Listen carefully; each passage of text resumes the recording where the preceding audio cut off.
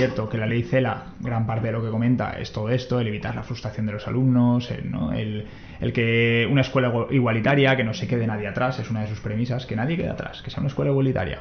Aparte de todo lo que comenta de que no haya ningún tipo de segregación, ni sexual, ni racial, y tal y cual. Pero a nivel de evaluación, como comentas, ¿que se van a hinchar las notas? No, lo que pasa es que la manera de evaluar va a ser diferente. Va a cambiar. Y es verdad que el nivel, a la hora de la repetición de curso, por ejemplo, y demás, es mucho más difícil. ¿Vale? Sí que es cierto. Es más difícil que se repita curso. Es gracioso porque la ley habla de que la repetición tiene que ser una medida extraordinaria. Si te paras a pensarlo, es como si antes no lo fuera ya. Es decir, cuando un alumno repite curso, incluso en nuestra época, es porque era como la última medida, ¿no? Se ha hecho con él lo que se ha podido, se ha hecho refuerzos, se ha trabajado con él. Pero necesita volver al final, a examinarse y a realizar las materias porque no da correcto. El mínimo, ¿no? Ahora, ¿se puede repetir? Sí. ¿Se puede repetir con los suspensos que sea? Sí. ¿Quién toma esa decisión? El equipo docente.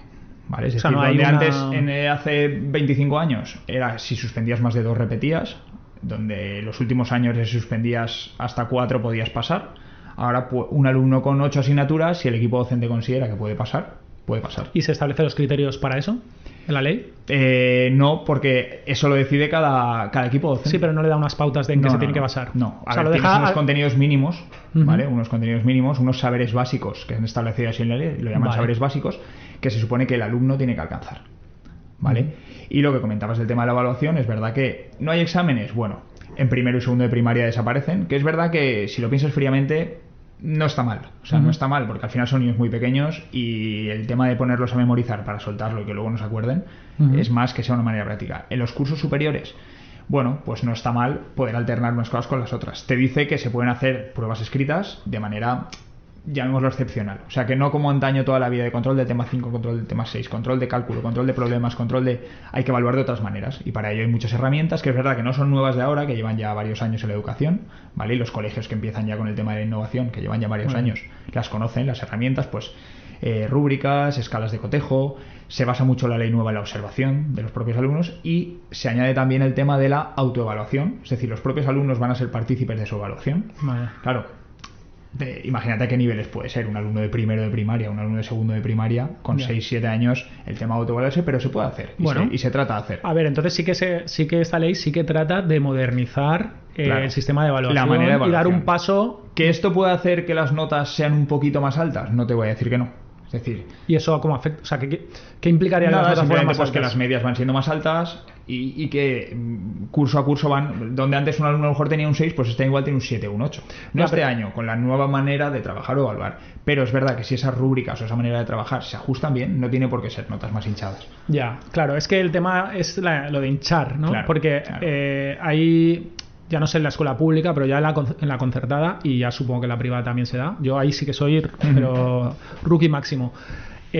¿Hasta qué punto el hecho de poder permitir a cada centro esa libertad de decidir o de evaluar de una manera más flexible y no tan objetiva, hace que puedan subir las notas medias? Y eso... no sé la pública, pero a lo mejor una concertada sí entra, pasar, porque al final la concertada ahora entraremos en los diferentes tipos de escuelas o de colegios, ¿no? Si públicos, privados o concertados, pero claro, hace que llame más atención un colegio donde tu nota es más alta. Es más alta, porque eso, sobre todo ya al final de la primaria o a lo mejor en el bachiller, me imagino que influye más. Influye porque para el cara al acceso a la universidad. Claro. Otra cosa es luego el golpe, ¿no? La caída que pueda tener el alumno en las pruebas de acceso a la universidad, en la antigua selectividad, ¿no? Eso, tú puedes venir con una nota muy buena de tu cole, que luego también influye la nota de la selectividad, pero bueno, tú esa nota de tu colegio ya la tienes. El resumen es ese, ¿no? Que el tema de las notas al final es que el profesor esté implicado y que la manera de evaluar nueva la ajustes a lo que toca. Es decir, si un profesor tiene pocas ganas de trabajar y es simplemente la observación y es la manera de ver cómo está trabajando el alumno, lógicamente las notas se van a hinchar, van a parecer más hinchadas, ¿vale? Pero si son profesores que ajustan, que preparan bien las rúbricas, las listas de cotejo, la nueva manera de evaluar, las nuevas formas de evaluación, no tienen por qué ser notas más hinchadas. No tiene por qué. No tiene pero por qué. Pero que puede pasar. Pero también te digo lo que has comentado de... No, puede haber centros que su nota sea más alta. No, pero te lo digo, H, pero más que nada porque yo, conforme me lo explicas, pienso... Puede haber como una... No sé si lo voy a explicar bien, pero una competencia desleal... Entre centros, entre comunidades autónomas. Es decir, que se haya... al ser una cosa mucho más subjetiva... Puede alumnos que trabajen duro...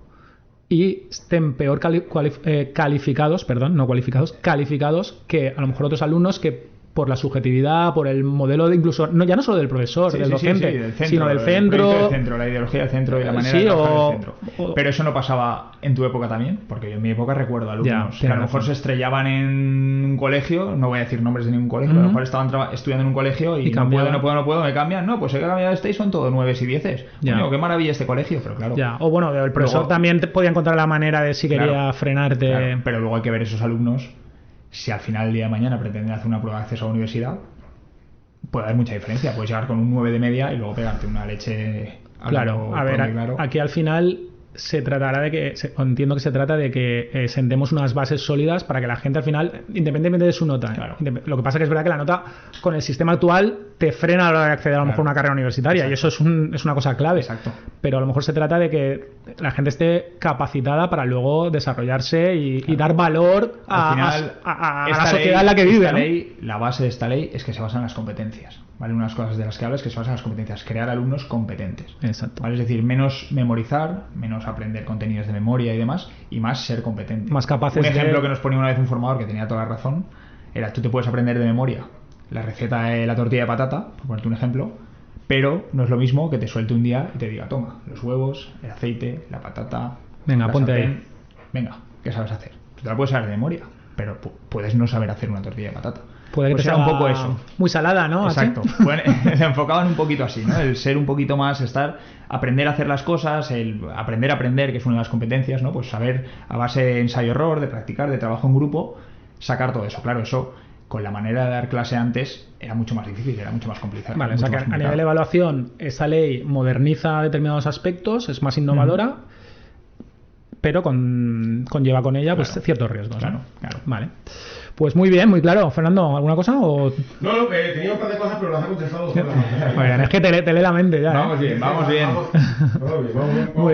Muy bien. No sé si lo hemos ya comentado conforme lo hemos ido hablando. A nivel contenido, ¿es algo que haya que destacar? Pues es cierto que los contenidos se reducen, ¿vale? Es una de las cosas que dice la ley. Vale, okay. Hay menos contenidos, ¿vale? Sigue habiendo unos saberes básicos importantes, pero sí que hay menos contenidos. ¿Por qué? Pues por lo que comentábamos también antes fuera de cámara, que nos ha dado tiempo a hablar un ratito. Sí, porque aquí hay uno que ha llegado un poco tarde. Sí, pero bueno, se lo perdonamos. ¿Por qué? Porque es verdad que donde antes el maestro era el máximo saber, ¿no? Era la persona que más sabía, y era el ilustrado, porque es verdad que venimos de un modelo academicista, es decir, la manera en la que dábamos clase hasta hace unos años era el modelo de la época de la Revolución Francesa, es decir, un tío sale a la palestra, da la lección, tal cual, sale a la palestra, da la lección, yo soy el que sabe, hacéis este ejercicio, la semana que viene examen.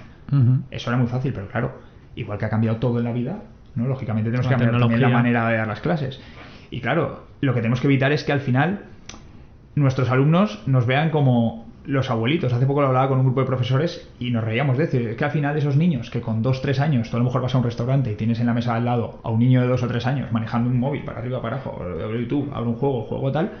Claro, cuando tú llegas a clase y lo único que les haces a esos alumnos, porque no digo que no haya que hacerlo, por supuesto tienen que aprender a escribir, tienen que aprender a ortografía, caligrafía, cálculo, tal. Pero claro, si todo lo haces así, al final esos niños te ven como este pobre señor que todavía está en la época del boli y el papel, de venga, ¿no? Te faltan no sé cuántos, te falta. Pues lo mismo con los contenidos. Es decir, cuando tú y yo estudiábamos y nos teníamos que aprender los afluentes de los ríos que ha llovido, Exacto. Los afluentes de los ríos de América del Norte. Sí. No, es que están estos afluentes y es que si no me los voy a suspender. Claro, los niños de hoy en día dicen, es que hago con un clic, lo busco y lo tengo. Y lo sé antes, y no tengo que ir al profesor, pues, sé más que el profesor, con un clic sé más que el profesor. Claro. Entonces el profesor pasa a ser un poco un guía, ¿no? Entonces esos contenidos lógicamente se reducen. Claro. Y han quitado en todas las asignaturas, han quitado contenidos. ¿Vale? Por supuesto, lo mínimo y lo básico continúa estando en la ley, pero lógicamente... Claro, digamos que... Ese tiempo que antes aprovechabas para trabajar muchos más contenidos, ahora lo aprovechas para hacer proyectos interdisciplinares, que es mezclar unas asignaturas con otras, para todos trabajos grupales, propio trabajo de, como decíamos antes, de aprender a aprender y de los alumnos de hacer prácticas ellos solos, más que tanto contenido memoriza que la semana que viene hay examen. O sea, seremos más colaborativos, más creativos, pero a lo mejor en la cultura general y en esa capacidad, digamos, de desarrollo mental, memorístico, cálculo, iremos un pelín a menos. Esa es la contra que trae todo esto. Exacto.